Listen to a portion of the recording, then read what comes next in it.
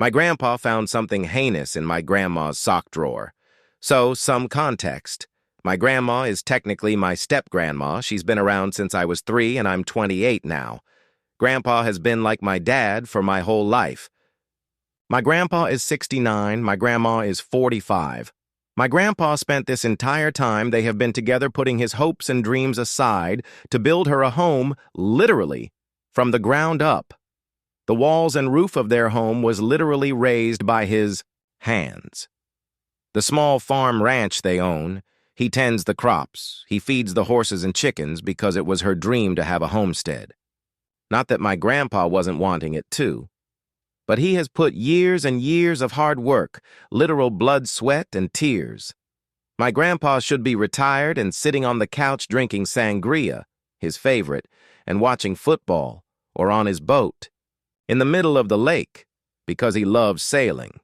But up until this week, he was outside every day, rain or shine, building a homestead. My grandma, I love her, I really do. I was a troubled teen, and she was the kind of parenting I needed. She helped to turn my life around to a positive note. She is capable and kind and a killer cook, and I have no trouble understanding why my grandpa fell for her all those years ago. She just gives up on things so easily.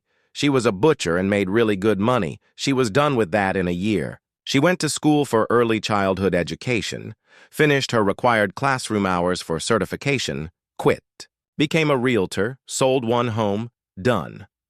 I think she's having trouble coming to terms with the fact that my grandpa is coming to an age where he has to retire.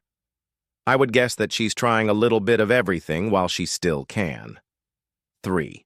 Years ago, a wildfire burned through our town and they lost half of their land, 15 of their 30 acres. Almost lost the house my grandpa built, literally burned right up to the back deck. It was PG&E's fault the fire started, so, of course, class action lawsuit. They got $800,000 payout. They bought new cars, a new tractor, a travel trailer, paid off the debt on their land and various other debts.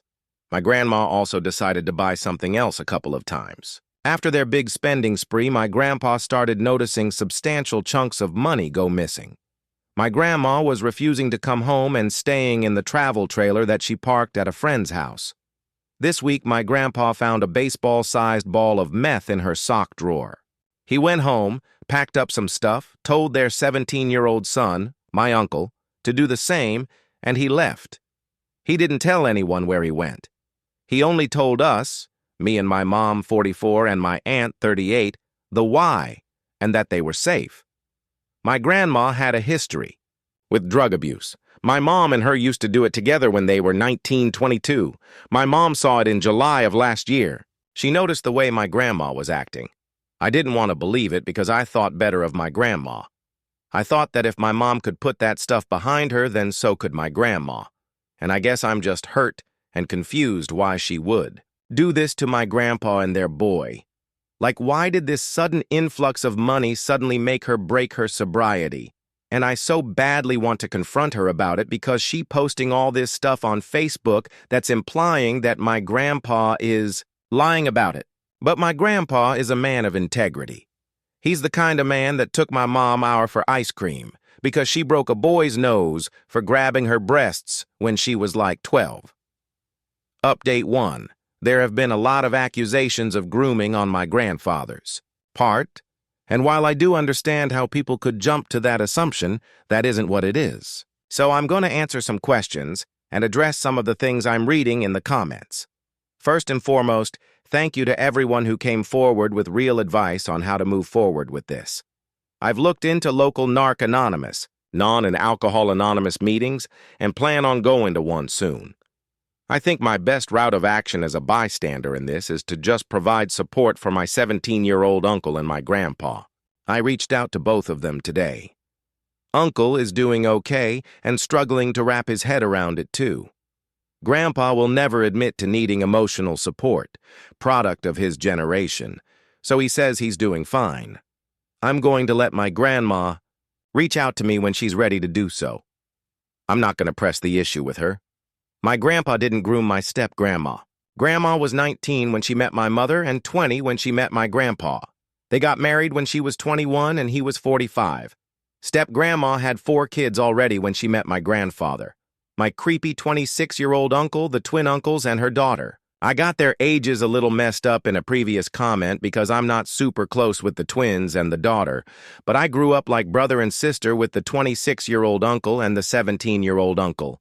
My grandpa did not know that my step-grandma was using when they met.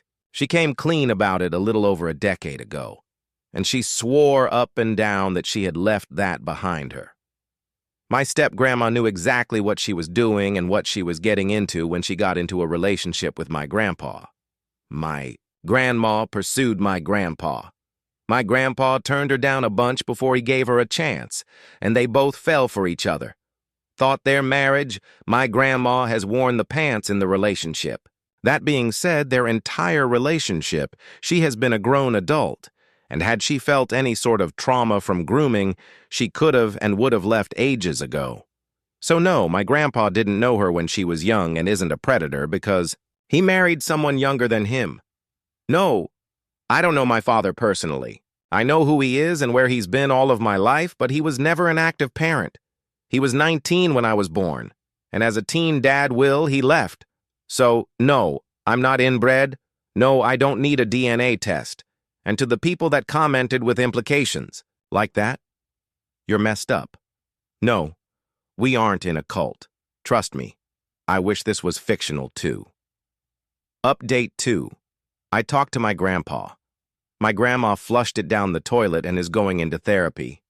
They're staying together and gonna fix it. One last note here before I silence this post. I came here looking for advice on how to process this situation. Point-blank people I love are hurting, and it's affecting me mentally and emotionally. Only a handful of you had an ounce of compassion or consideration. I'm aware I put this out there on Reddit.